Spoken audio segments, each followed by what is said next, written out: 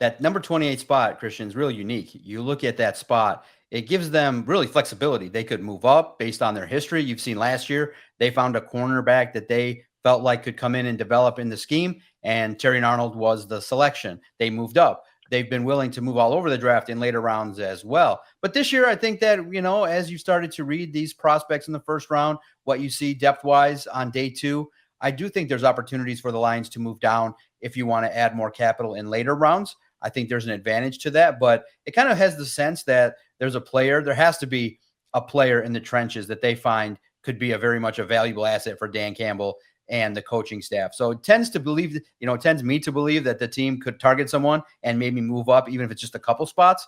But what are your thoughts now when you look at where the Lions are at, the prospects that are available in that range? I do think that, number 28 provides them a chance to get a player that could have immediate impact.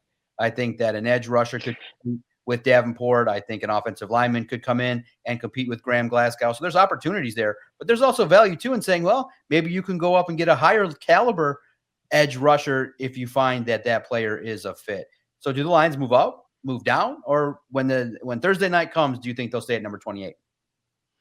I think they're going to move up. That me personally, I think they're going to move up, whether it's 2 spots, 3 spots, 5 spots. I don't expect them to trade into the top half of the first round, but I would not be surprised if their guy is out there with 3, 5 picks out. They move up and just go get him. Brad Holmes kind of has that reputation. They did that last year with Terrion Arnold. They did a couple of years ago with Jameson Williams. They've moved around quite a bit in Brad Holmes' tenure as general manager, whether that's up, down. But I do think that they should go up.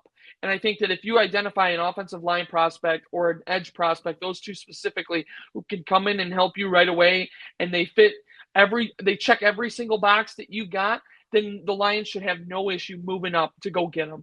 And I think that's something we've seen Brad Holmes do throughout his tenure, and that's something I think he should do again, whether it's, like you said, for an edge rusher, somebody, in my opinion, somebody who fits them like a Michael Williams, who's that kind of big physical run stuffer who can also get after the quarterback as well, or an offensive lineman like a Gray Zabel who can go out there and immediately compete to be a guard on the offensive line with the ability to maybe slide in at center if Frank Ragnow were to be dealing with an injury. So those two guys are kind of like my picks, my Lions guys right now, just because they seem to fit everything the Lions do from a schematic front and from a cultural front.